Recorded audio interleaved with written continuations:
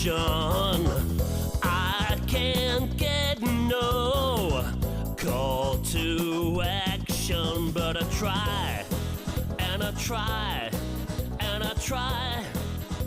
This year marks 5 years since our maiden episode with Richard Shotton launched in Feb 2019. And to celebrate Call to Action turning 5, we've asked the Gasp team to rummage through all 130 plus episodes to re-release some of their favourites. So in June 2020, we cast a net off the coast of Adelaide and caught one of the globe's greatest researchers, Jenni Romaniuk, for her first of 2 Call to Action appearances. Jenni is a research professor at the conveyor belt of marketing stars, the Ehrenberg-Bass Institute, where she has advised many of the world's biggest brands. She's also authored what's now a trilogy of true industry Bibles, How Brands Grow 2, Building Distinctive Brand Assets, and Better Brand Health. In one of our most listened to episodes of all time, you can hear all about Jenni's first job as a talented mixologist, how to build mental availability, context, memory, metrics, and more. If you work for a company with a brand logo, font, or colour scheme, this episode is as close to essential listening as you're going to get to understand how to build, measure, manage, and crucially protect distinctive brand assets. Feel better about marketing with episode 39 of Call to Action with Professor Jenni Romaniuk.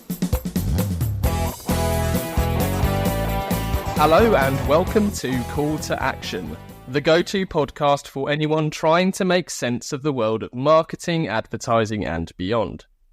In an industry that is a minefield of utter bollocks, we aim to capture our heroes and allies from the front line to have a chinwag with. It's like Pokemon Go, with the single but vital exception that it's not a short-term bandwagon of shite. It's brought to you by Gasp, and I'm Giles Edwards. Today, I've caught Jenni Romaniuk. Jenni says marketing is a science, but we try to dress up marketing science with theories borrowed from other sciences, rather than construct theories that reflect the actual marketing world. Welcome to the show, Jenni. Thanks, Giles. Right, so we always start with 7 quickfire questions, Jenni, such as Mac or PC, but given we're talking to a master of distinctive assets, we've thrown a few of those in too, so you can choose by subjectivity or uniqueness, fame as you see fit. Okay. Tea or coffee? Coffee. Fame or uniqueness? Uniqueness. Fame's easier to build, uniqueness is harder. Good answer. McDonald's Golden Arches or Nike Swoosh? McDonald's Golden Arches, I think they've done more creative things with it. Nike Swoosh has kind of just been there. It's been a bit lazy. Irony, really, for a Nike. It is. Tiffany Blue or UPS Brown? Oh, God, I'd always go Tiffany Blue. I have several of it in my house, and I hope to continue to have more. Right, bottles now. Absolute vodka or Coca-Cola bottle? Oh, I love Coca-Cola bottle. I love the story of how it was developed, that it was just someone asking, I want something that people can identify it's Coke even in the dark if they grabbed it. Yeah, it's brilliant, that. Slightly odd, Colonel Sanders or George Clooney? Oh, that's a tough one. That is a really tough one because KFC, when I grew up, that was the first fast food place that came to my town in South Australia, Whyalla. And every pay day, we could have takeaway. And every 4 weeks in a family of 4, I got to choose the takeaway, and it was always, my choice was KFC. But it's George Clooney. I don't think I need to explain that anymore, so I'm going to have to put that as a... Perfect. Moving on. Last one, Snickers or Toblerone? Toblerone, because the shape is such an iconic element of it, and it looks pretty. Good answer. Perfect. Thanks, Jenni. So we always like to start by asking people what their first job was. I think importantly, there's a lot of value in understanding the talented folk don't always step straight out of a shiny college straight into a shiny career. I've too many nieces and nephews worried about doing things the right way. So how did life start for you, Jenni? What was your first job, and then what was your first marketing job? Okay. Well, my first job was actually when I was 14 in the Central Districts Football Club. I worked behind the bar doing all the soft drinks. And my great skill was I learned to make a fruit cup, which is it's like a traffic light drink where you have green, orange, and red layered colours in a single drink. And it requires having them in the right viscosity and pouring them very carefully to get those layers. And I ended up having to be let go for that job when they realised, I think about 6 months into it, that it was actually illegal for me to be behind the bar, being underage, even though I wasn't serving alcohol. Someone hadn't read the fine print on the liquor licensing law until they did, and then went, well, sorry, we can't have you here anymore. My first marketing job was a funny one. It was working for the Independent Order of Odd Fellows to help them get membership. And the irony is that the Independent Order of Odd Fellows is like the Masonic, the Mason, the Freemasons. Yeah. Like it's a fraternal society. And you know the thing about fraternal societies? Yeah, go on. It's in the name, fraternal. They don't let women in. So I did a marketing plan for them. And then they're like, so do you want to stay and implement it? And I kind of had to say, no. And part of that was, so you want me to market something I can't actually drink because I am not a man.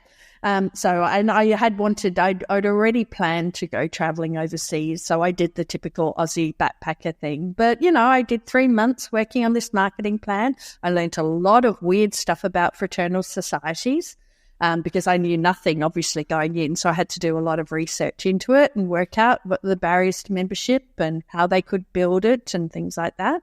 That was it. It was a 3-month gig, and I saw it as just a way that I could put my skills in action and earn enough money to leave the country, which I did, and then went backpacking for 2 years before I came home after that to start actually at what was then the Marketing Science Centre that turned into the Ehrenberg-Bass Institute. Oh, fantastic. So how did you actually end up in marketing science then? Because also I understand you originally studied occupational therapy. Yes. So everything for me has just been happy accidents. I did occupational therapy for 1.5 years and realised I was not very good at it.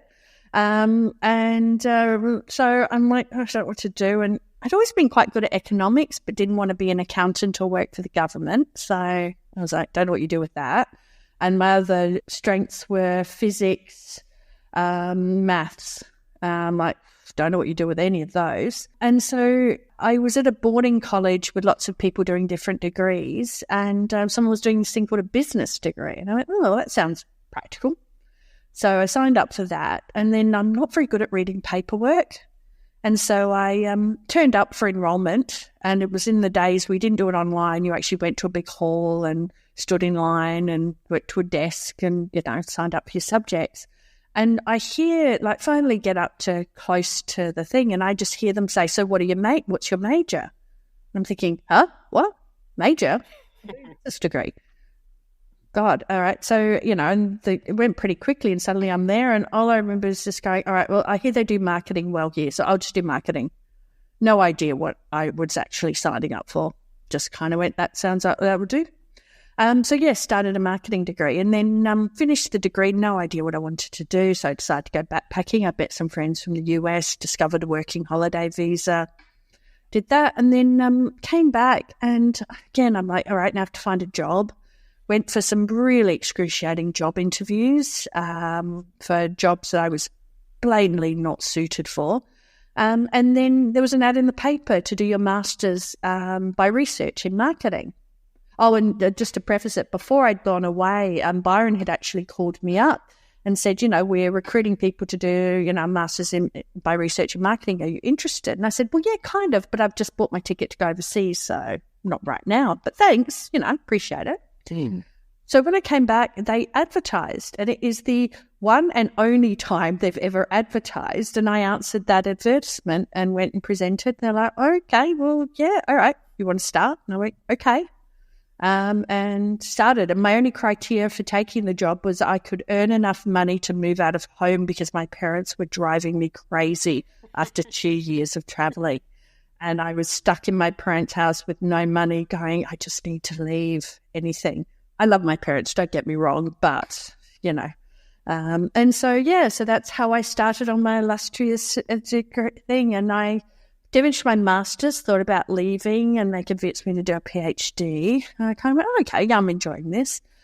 I'm finishing my PhD, and I kind of didn't want to be an academic. So I looked at doing a maths PhD because I thought, I like this PhD thing. This is fun, be a big project to work on and stuff. And then I got convinced to apply for a research fellow position and went that way instead. Amazing. And did you early on feel that you had found somewhere that you felt really comfortable in, given it gave you that facility to use your kind of scientific skills, your fondness for mathematics and physics? Did that feel like a nice fit for you? Yeah, I mean, the degree didn't, because when we did the degree, we didn't do any of the math stuff, none of the modelling stuff they do now. It was all pretty standard, what we would call quite old-fashioned marketing degree when I first started. And I mean, doing a business degree, I was a very haphazard student. I was living at a boarding college, so I was just doing a lot of partying and doing the assignments I had to do. And I was pretty much in danger of failing one subject every semester, which I remind them now because right now they have quite strict criteria for people doing a research degree. You have to have such a GPA, be a star student. And I keep reminding them that based on that criteria, they might not have picked me to come in now if I came along because, sometimes you don't know what you want to do. And when I started doing a research degree, see, to me, the marketing it's interesting, but the solving problems, I'm a researcher at heart, and I happen to be a marketing researcher by trade. Right. So I like solving problems. I don't care what they are. I happen to be in a career that I enjoy that is marketing, and it's about people and their fascinating problems. But it's the problem solving that appeals to me more than anything. So if you had to say marketing researcher, which is the dominant, it's definitely the researcher that's applied into a marketing context. Yeah, gotcha. That makes a lot of sense.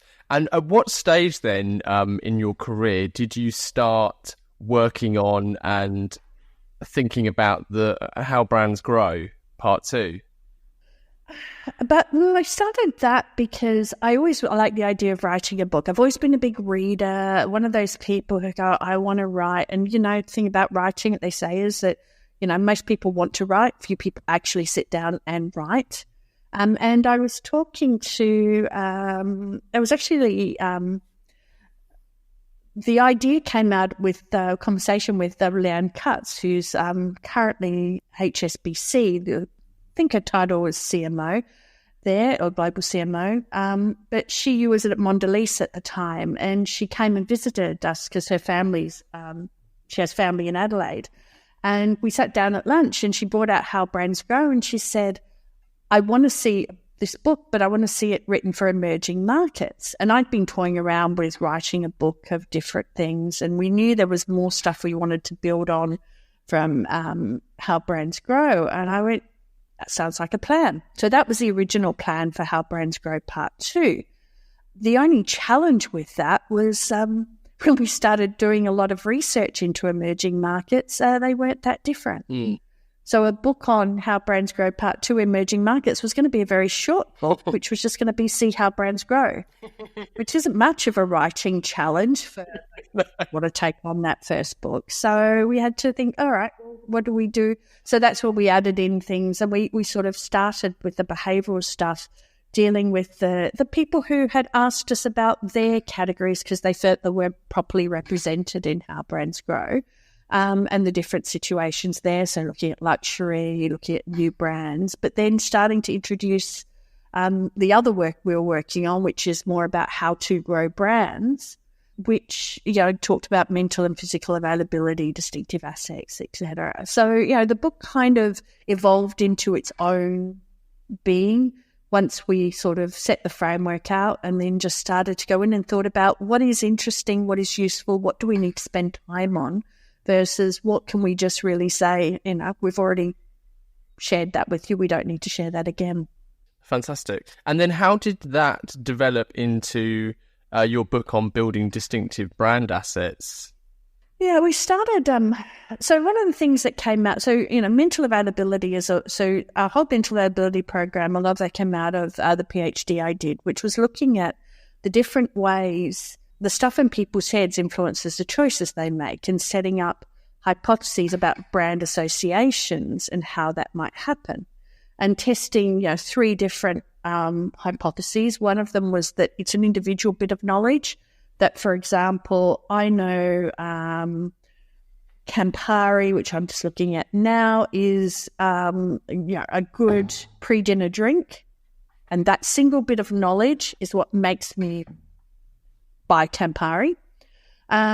Or it could be that it's a set of knowledge, so a small subset of things. So there are things about alcoholic spirits, and there's a set of associations that if you've got that magic set, that's what gets you chosen. And then the third hypothesis, which came out of a combination of me reading a lot about how memory works, understanding perceptual patterns, understanding how brands are bought, was this idea of maybe it's just how much knowledge I've got about Campari that determines whether or not it's something I'm going to buy relative to other brands in the category. And it turned out that that was the thing that was most supported. And the surprising thing for most people is that my PhD was actually on services and B2B. So it was actually in banking, insurance, and telecommunications, and both B2C and B2B. So when people go, do the principles of, mental availability, how brands grow, do they apply to those categories? I go, yeah, they were actually developed on those categories. Yeah. It's just that merging of the thinking side of it with the work that Andrew Ehrenberg had done, which was largely in packaged goods. There was that, and then we became more famous for the work in packaged goods because they were the categories that adopted it more early. And so, so that then led to, okay, so how do we actually build mental availability? And one of the things that seemed really obvious to us is this idea that for anything to build mental availability, any marketing activity, it has to have good branding. And so we would do presentations. We'd say an essential ingredient is good branding, and everyone would nod and agree and go, yes, good branding, really important. Let us show you our latest ad. It's really well branded. And then they would show me an ad that had no branding except for the last 3 seconds. And I'd be like, so you were going to show me the ad that was well branded? They're like, yeah, that one. It's really big. It's there. It hits you right at the end after you've watched the whole ad. And I realized that this idea of good branding, there was a miscommunication. And so that led down a whole path of working out what is good branding, stream of work looking at direct branding tactics, and then these things called distinctive assets, which then evolved into a whole heap of developing the measurement, the metrics, the work we did. So we do a lot of work with companies, and we've been doing that for over 5 years now. And it was in those discussions with companies as we're debriefing them on the results for their particular assets that I realized that I'd have a conversation with some people and I'd be thinking, oh, those guys we did that project with 6 months ago, they'd really benefit from this conversation. But they weren't there and they didn't ask those questions. And then I'd get another question. And so the book evolved from all of the questions that people were asking us when they were trying to build, choose, evolve their distinctive and use their distinctive assets. So that's how that book actually came about. It just kind of, if anything, it wrote itself. It was so much easier to write than How Brands Grow Part 2. Oh, okay.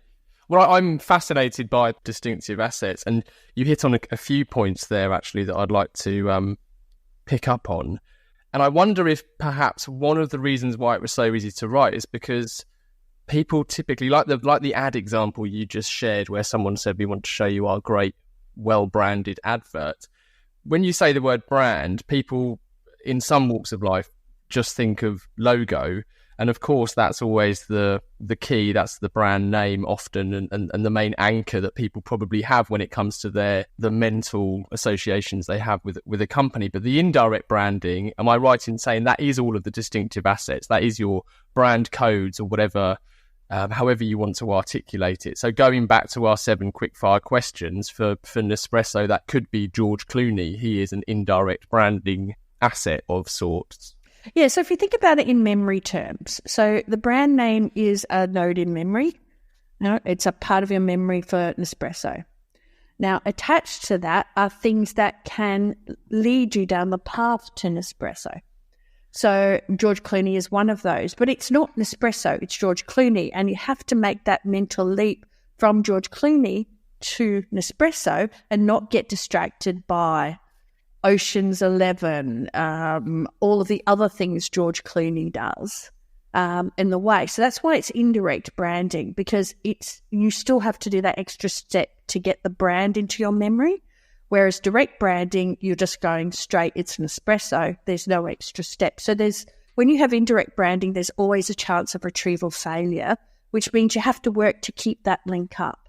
When it's direct branding, what you see is what you want to reinforce. So that's why we separate the two out, because they do signal to you that there is a chance of retrieval failure. You can see George Clooney and not think of Nespresso. Yeah, that makes sense. And I imagine retrieval failure, as you put it, can happen for a variety of reasons, not least, where the person is in the world. They might not be as familiar. They might be more familiar with his acting career than his preference in coffee, although I'm sure he takes a fair wedge to have that preference. Well, there's two major causes of retrieval failure. One is decay. The natural state of memory is to decay. The longer you are from an initial, after you've got a link in memory, the harder it is to retrieve. It's just a natural process of how our brain works. And the other, as you just highlight there, is mental competition, other things that are attached to the retrieval cue other than the target thing you want to retrieve. And this is always the problem with celebrities as distinctive assets, is they're cluttered. They've got lots of associations with them. So their strength, which is, that they draw attention because they feel familiar, is also their weakness as a branding asset, because there's all these other associations that make it difficult for a brand to break through in the clutter. And I suppose you have a lot of competition equally in certain categories. So there's numerous celebrities. If I think of watches as a category, but I'm not too sure which watch is I should be associating, which brand with the individual, because it is so rife. It's almost that problem of everyone following the trend, because there's this weird perceived safety in numbers when really the opposite is true, and you should be going for uniqueness and fame as much as you can. Yeah, it's really, there are some categories that, particularly if we take faces as an example, whether it be characters, celebrities, spokespeople, there are some categories that are very cluttered and some that hardly use any at all. One of my favourite uses of characters was actually Mama and Papa for Domio. Mm-hmm. Because in a category that doesn't have a lot of faces, they were two very clear, distinct ones. Unfortunately, I don't think they're used anymore, as goes with a lot of distinctive assets. But, that's an example of an asset in a category that doesn't have a lot of faces. So it makes it easier for the brand to really own it. Whereas if you're in breakfast cereal and you launch another cartoon animal character, you've got a lot of other, to program against type, you have to work quite hard because there's a lot of bases already covered. And is that then, am I right in thinking, I'm deliberately dumbing this down for my own benefit as much as anything, but am I right in thinking then the memory works that we like to compartmentalize things as we process them? So an example I often use, especially when we talk around this area, is when you try a new meat, it often tastes like chicken because you're so keen to put it in a box that you recognize, an association that you recognize. Yeah, I mean, anytime something new goes into memory, it has to have context. And so it has to basically attach itself to our existing network. Otherwise, it doesn't make any sense. So if you've ever sat next to two people who are speaking a different language that you don't speak, even if you listen carefully to the words, you won't remember them because your brain has no context as to where to put it. It's why learning a language is so hard, because our first time we learn, we have to learn the foreign language word, our own native language word in our own network to get to then the meaning that is associated with that. So it's like a multi-step process. And as we get fluent, we skip over our native language word and just go straight from the foreign language word to the meaning. So that's when we get that, I can now think and be fluent in there. So we always have to be careful about the fact that whenever we have to we have to provide context. Now, when you're a new brand, that context will typically be the category area that you're in. So, for example, if I said to you the brand avocado, what would you think of? Well, naturally, fruit and veg. Yeah, it's not. It's actually a mattress company. Okay. But you wouldn't know that. Yeah, there's some weird mattress company names. Yeah. Yeah, it's bizarre. That is bizarre. Is that an Aussie brand? No, it's actually a US brand. There's some weird ones. Purple is another one, and so stuff. So unless avocado tells us they're a mattress company, if I say the brand avocado, it's not going to go to the mattress part of your brain. Why would it? Mm. So we always have to have context to put it in. And when we're building distinctive assets, the context is the brand. When we're building a brand, the context is the broad category area that we're operating in. Otherwise, things can't stay in our memory and they can't be retrieved later. So the anchor for anything we want to build, we always have to be really clear on that. That anchor has to be something familiar, something that's already in our brain, and if we want to attach new information to it.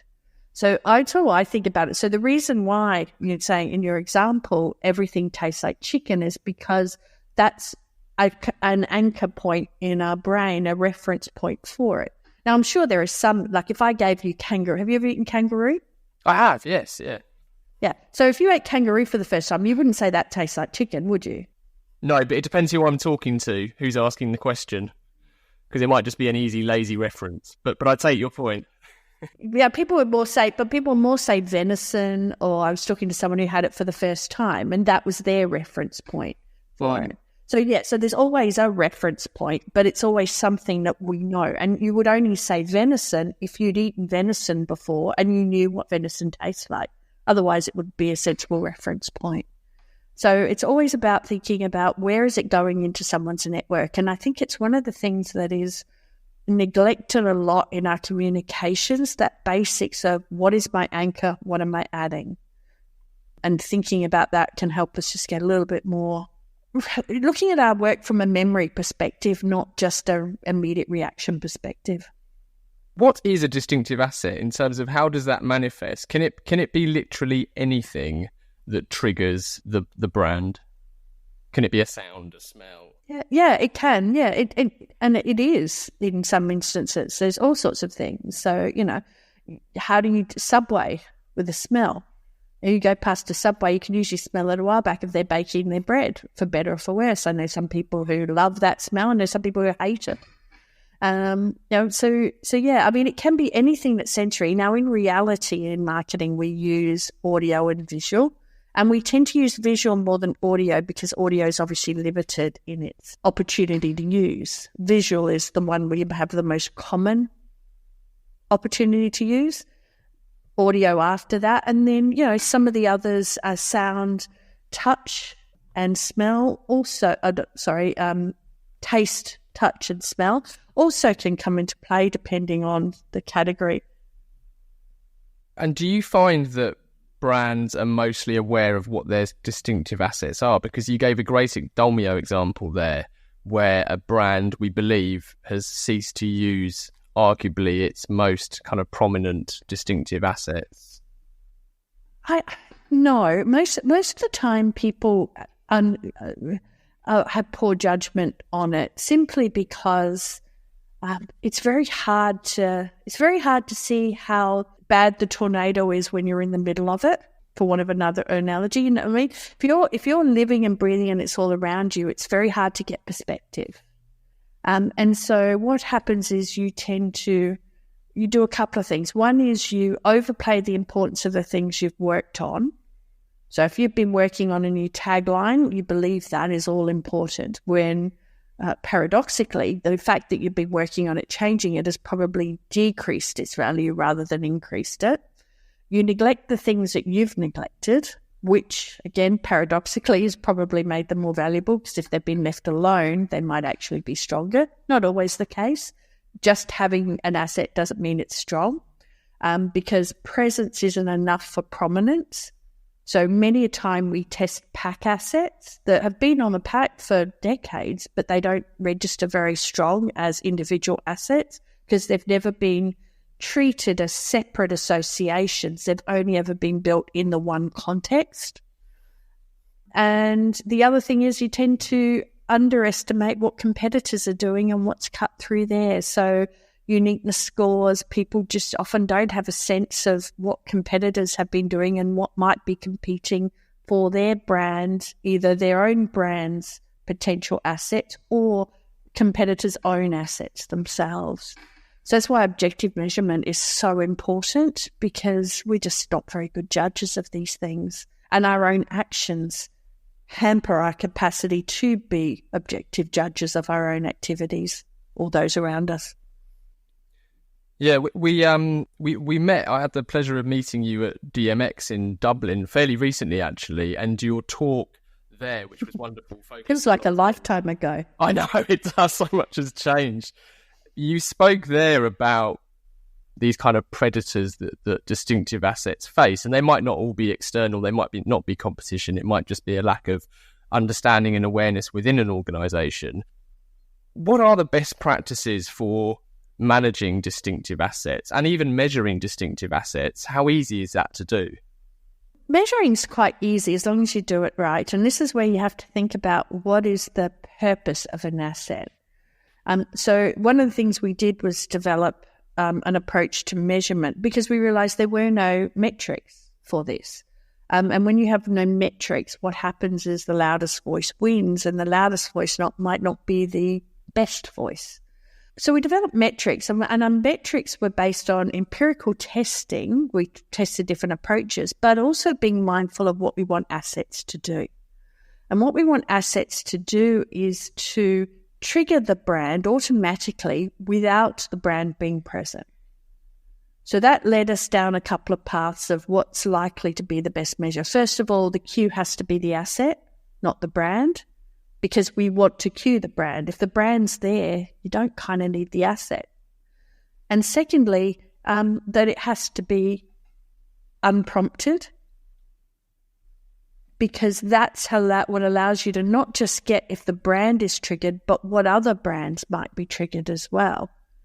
Because you don't know what people are going to say if they see the asset without context.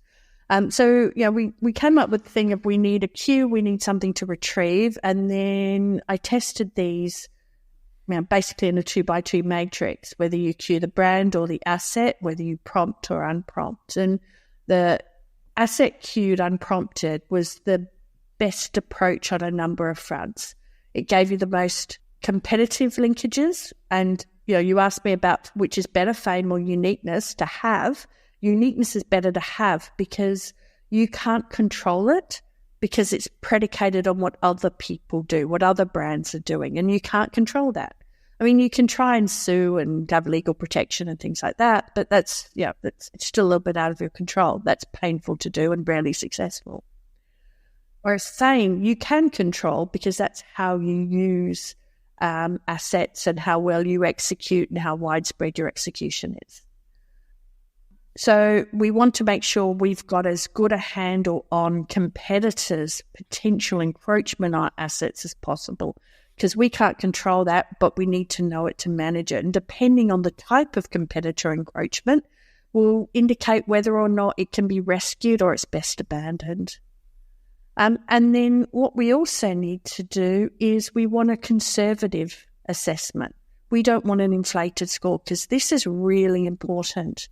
If you don't brand, nothing else you do will work, because no matter how you believe advertising, marketing activity work, it can't work if they don't know who it's from. So our approach is what we call risk averse. It's actually very conservative. When you prompt for brands, we found you got up to 20 percentage points inflated scores. So that means that the real score might have been 60% and you got 80%, which is a lot of inflation for a metric to replace your brand name. And I'm hesitant to, suggest that would be a smart thing to base your strategy on something that's inflated. So that's the measurement side of it. And getting that right, it's important to have a realistic assessment of the most important metrics. Because, fame, it is what it is, and you can work with that. If it's low, that's the past, but you can build that. But uniqueness is the one thing you really do need to know in order it can make or break your asset success. And then, having those metrics are really important, because they not only let you know what to build, because once you realise you're building fame, you're building amongst all category buyers, that influences where you do your asset building activities, how you do your asset building activities, all flows through to tactics. And that helps you then build, but then protect. So I've done some of the best studies I've done assessing distinctive assets for brands are when nothing has happened as a result of the research. Because the brief coming in was, we might get rid of this. We don't want it anymore. And we were able to demonstrate not only how strong the asset is, but also how precious it is in the context of the category, and how, you don't really want to get rid of it without a plan. So these are some things that, are just really important to have. So having the metrics and making sure you're assessing them right just stops you from making bad decisions, as well as helping you make good ones. Perfect. And the distinctive asset grid, I've actually got that in front of me right now, which allows you to plot fame and uniqueness of your distinctive assets. That's not necessarily fixed or timeless then, is it? So that's a living thing, a living part of your brand. So you may find that you're plotting quite comfortably, say top right, which is our sweet spot, our target, but over time, for various reasons, that can change. So you do need to constantly monitor and measure. Yeah, constantly, but not too. It's not something I would recommend putting it and doing continuous tracking of distinctive assets. Once a year, once every 2 years, for the assets that you either own or are building is pretty much all you need. The hardest part is the benchmarking study, where you're really going, this is the lay of the land and this is where we're setting the strategy for the next 5 years or so of what we're doing. Once you've got that, it is just the occasional checking update, but you've got to also have the systems in place to make sure you're taking advantage of every asset building opportunity. And that's where, in the book, I talk about the whole system of a management system of how it works, and the things like building in waves, not trying to build too many at one time, but building a couple. And then once they're built, moving on to the next ones after that, because one strong asset is much better than 10 average ones. So, so we're thinking about that sort of strategy of building it into place. How that all comes together becomes really, really important.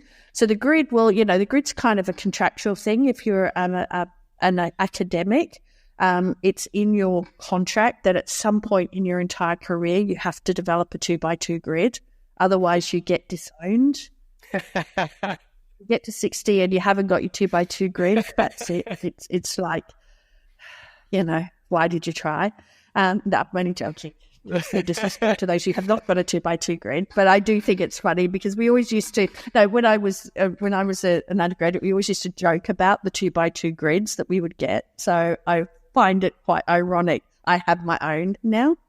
But the idea of it is some people just operate better in pictures and some people operate in numbers. So it was about giving you a picture, particularly when you're deciding on where you're going. I actually wouldn't bother, like if I was tracking it, I think the few assets you should be tracking, you could probably do them more efficiently presented in a table in the spirit of Andrew Ehrenberg and how to present information. He would say, what are you doing a fancy picture for that? A table will tell you just as nicely whether or not things have improved or down. So I have, having the privilege of working with Andrew and having that instilled in me, that's how I would do tracking over time. Trying to demonstrate that on a grid is messy at best. But the grid is good to go, this is how we're laid out now and, some sense of where we want to go. Time, weather, and... We interrupt this podcast to announce that we will never interrupt this podcast with ads. Ads that awkwardly nudge you to contact the pod's host, Giles Edwards. Only last week, some pod listening companies did just that, calling for guidance on measuring their brand health. But we're not asking you to do that. Nope. Anyway, back to the show. There aren't very many good things about getting older, but one of them is you care less about what people do. You realize that I don't give a shit what this person thinks. What do I care? Oops. Well, there's only one Bob Hoffman. Episode 24 of Call to Action was a classic, but hold on. So you wouldn't actually use There it we are. to plot against. You would just use it as your guide. No, because, the reason we typically use the grid in the benchmarking study because that's when we're putting all the assets out. And you see things like, for example, you have 4 taglines that all tested low in the investment potential quadrant. Maybe one of the reasons they all tested low is you have 4 taglines. Yeah. We could cut that down to 1, and that might give one the opportunity to jump up pretty quickly. So, and those things are easier to communicate when you've got a visual device to do it. Trying to show things on that sort of chart tracking over time, it's messy at best. I wouldn't recommend that as a data presentation tool, but as a let's just see where we are now tool, that can be really valuable. And also when we do our full reports, we do things like you can plot asset types. So you can say, well, you've got your 4 taglines here. How's everyone else's taglines looking? And it allows you to get some sense of which are the really competitive asset types and which are the asset types that maybe are a little bit freer and open. Which are the ones that, maybe one brand has conquered and others have failed versus which are the ones where, no one's really got any traction. It just helps you understand, again, where the opportunities could be because there are different things you can plot on that chart, on that grid. And is it rare? You've touched on quantities of distinctive assets a couple of times, just loosely, but is it rare to find a brand with several strong distinctive assets? And is there an amount we should be looking at or aiming for as a business? It's rare, but it's not. It's more uncommon than rare, I would say. And there are some brands that I've dealt with where actually the challenge is you've got too many. And what's happened is it typically things like in emerging markets, if there's a big global player that's gone into emerging market and then they've added and added and added, and they haven't had a lot of competition, but you might see local players starting to emerge, particularly as emerging markets get more sophisticated. So there was a time when in a number of emerging markets, the local brands were seen as the cheap and nasty alternatives. But that's actually changed a lot in a lot of countries where there's a lot more pride and a lot more quality going into local brands in categories.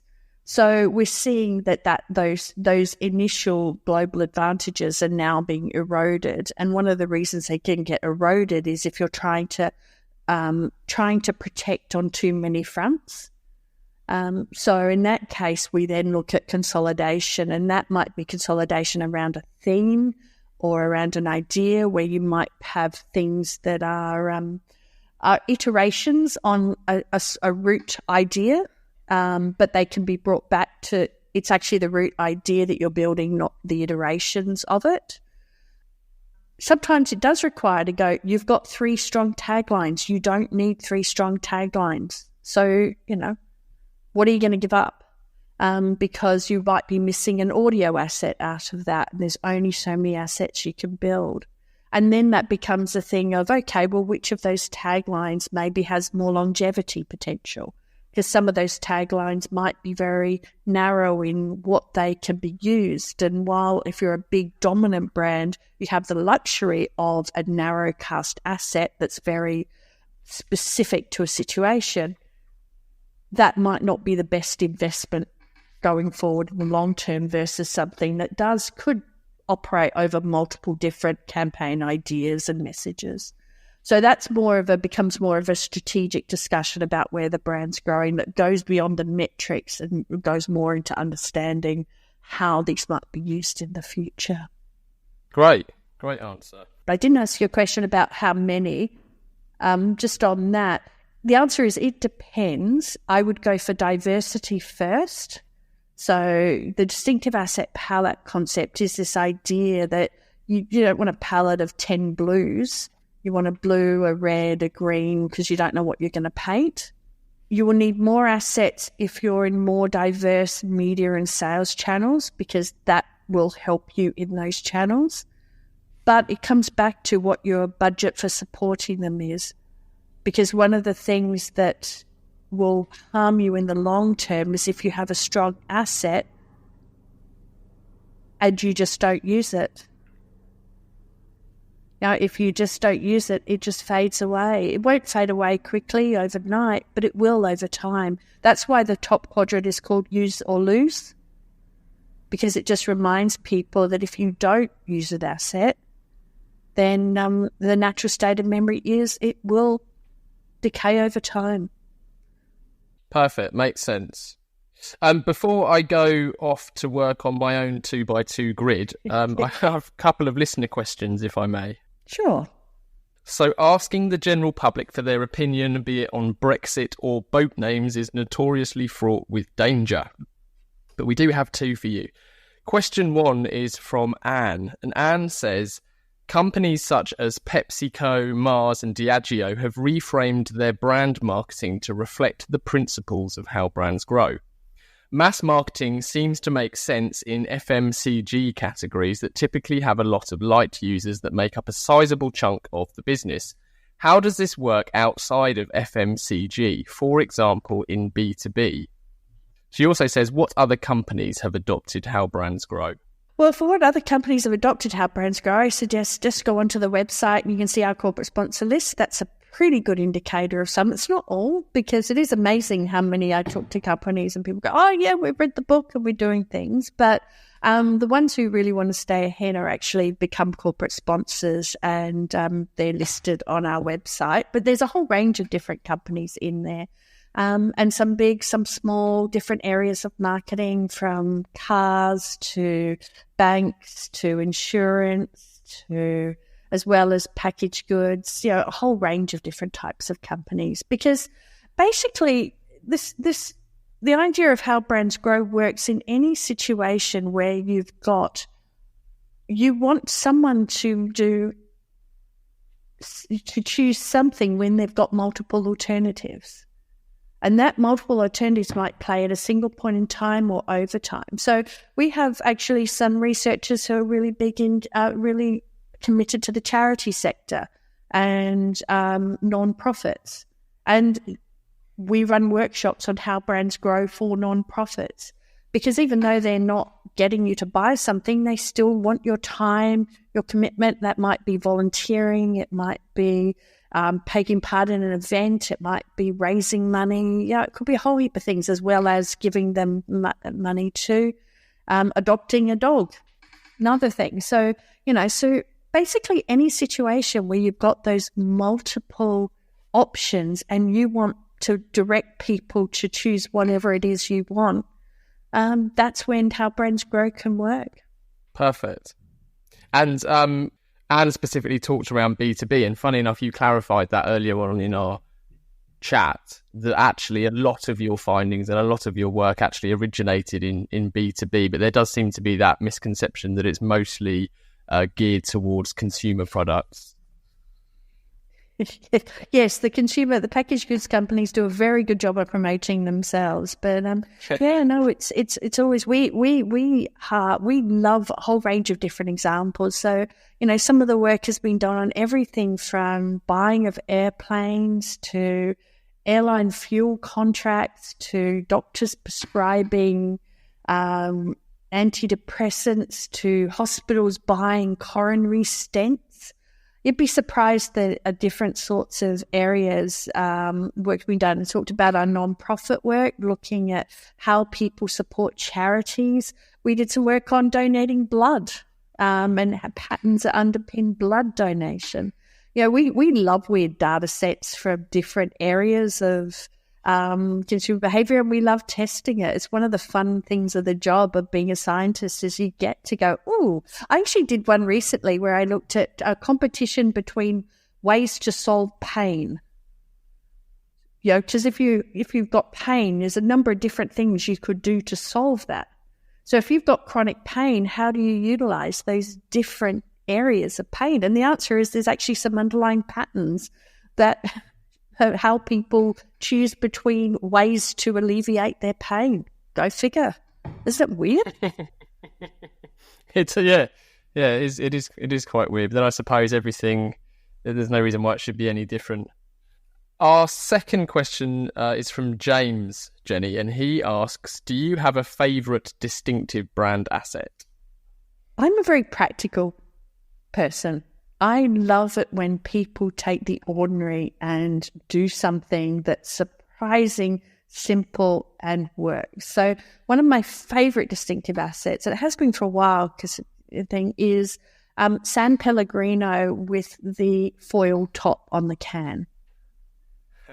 And the reason I like that is it's an unusual packaging asset. It takes a can, which everybody has, but turns it such that the brand is easy to find in buying situations, which is one of the biggest difficulties of canning out, particularly in retail environments. So that's one of my favourite ones because I just love the simplicity of it. It didn't require any fancy manufacturing, reshaping into unusual stuff, any complicated, I don't know how complicated it is to put a foil top on a can. Don't get me wrong. I'm not downplaying that was probably someone invested a lot of time and energy to do that, but I just love the simplicity of it and how it took an ordinary everyday shape and turned it into something easily identifiable. And that's where I think when we start to get creative once we understand what distinctive assets are for, we can look at ways where we can make those what are not revolutionary changes in the actual creation or the design, but can have really big impact on the branding power of whatever we're doing. Yeah, I love that example, especially because if you break it down, they've taken something that is so common in terms of the actual can itself and just with a very slight adjustment have made that much more unique.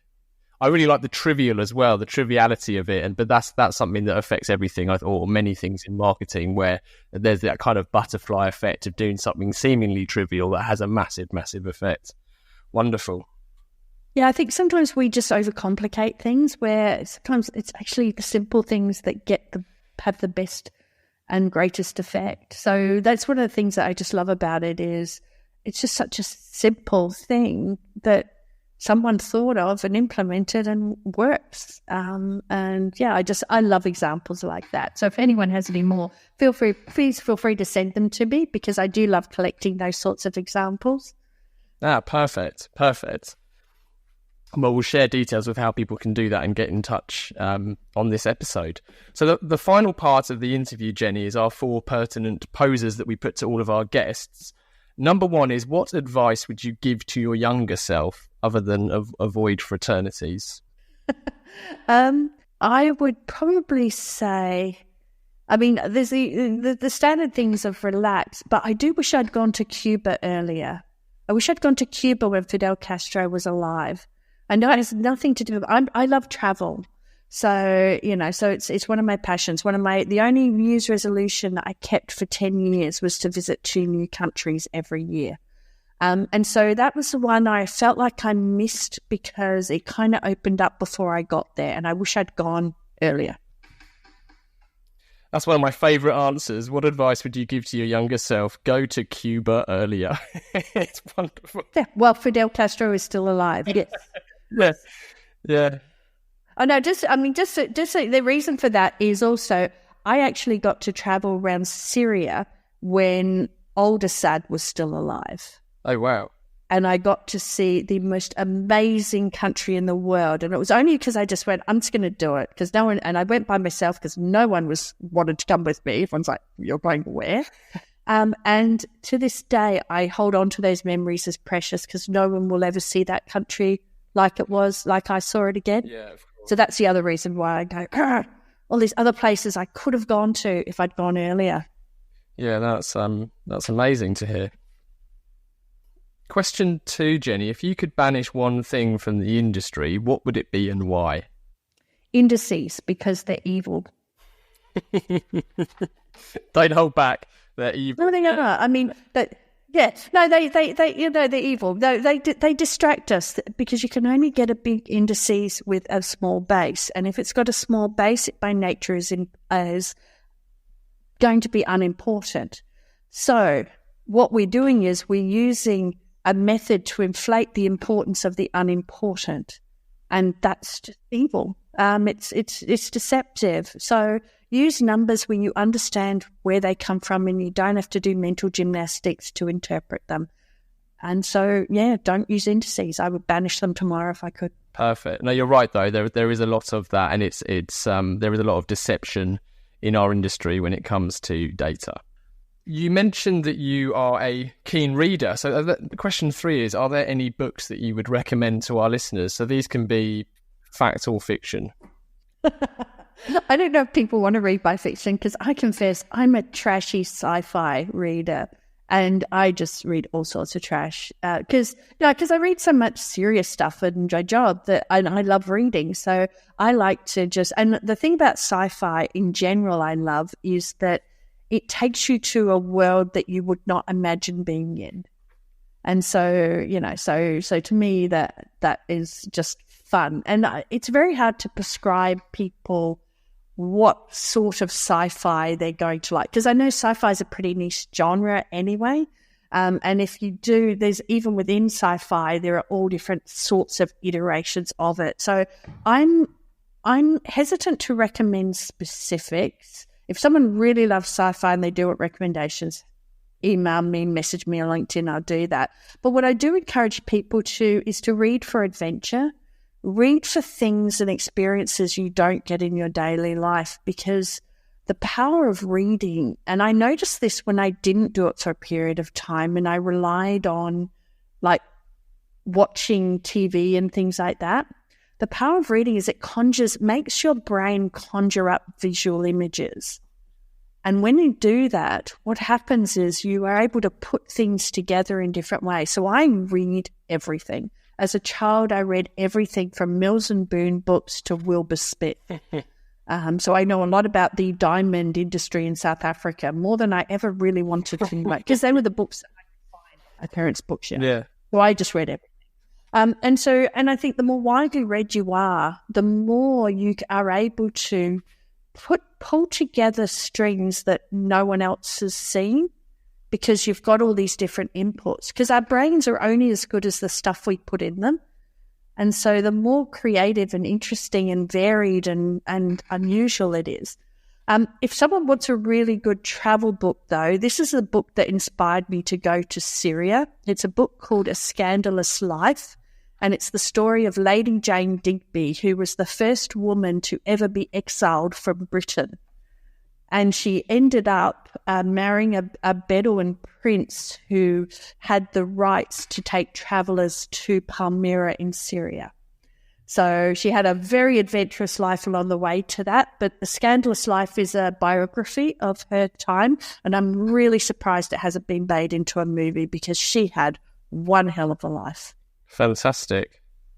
Funny enough, sci-fi has come up a couple of times for almost exactly the same reasons. In fact, Murray called her quite early on in our in our podcasting recommended culture series by Ian M. Banks. Mm-hmm. But I know he's a huge sci-fi fan, so you're in good company. Yes, there's few of us, but we do. Yes, yes, it's a cult. Yeah, it is. Well, maybe it is.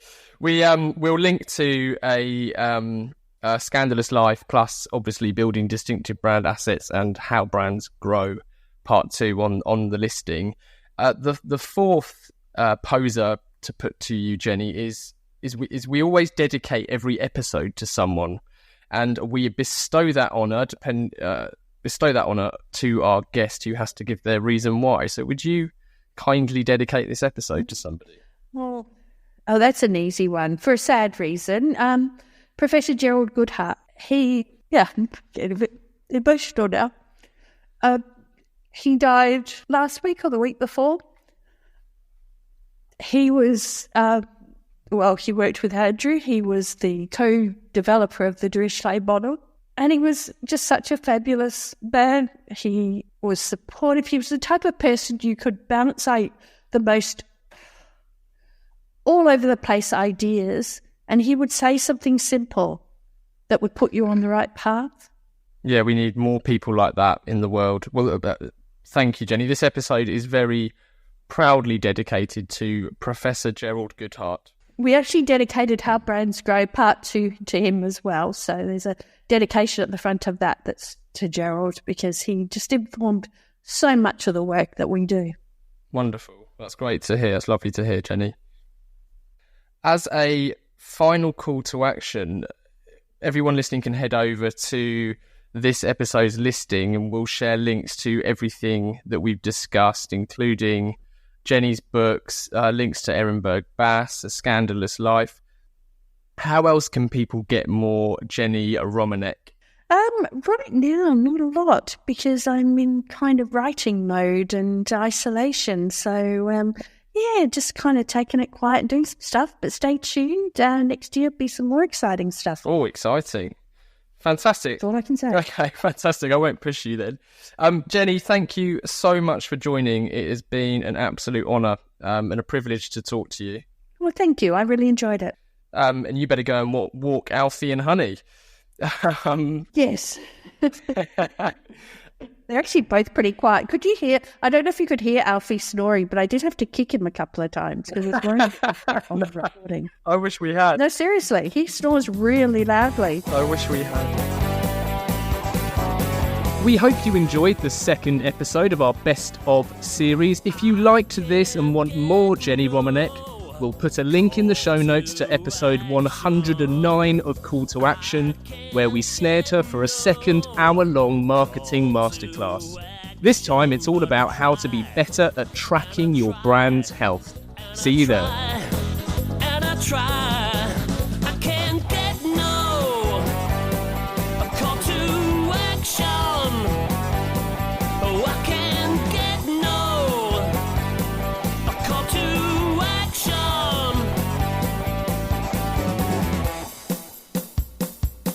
Yeah, hey, hey.